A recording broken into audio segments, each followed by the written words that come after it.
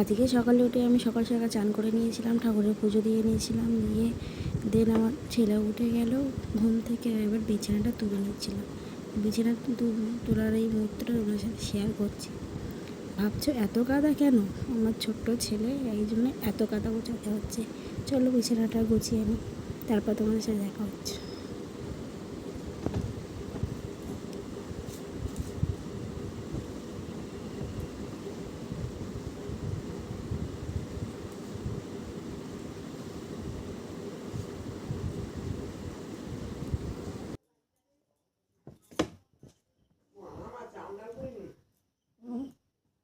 মাংস আছে একটুখানি, কি হবে? মোমো হবে ওটা। মাংসটা তো নষ্ট হয়ে পচে গন্ধ। আলুকে কথা আছে, কেটে আর আলুকে ওটা মোমো করার জন্য রাখা হয়েছে, আজকে সন্ধ্যাবেলা করে নেবো। ডিপ ফ্রিজে কিচ্ছু হবে না।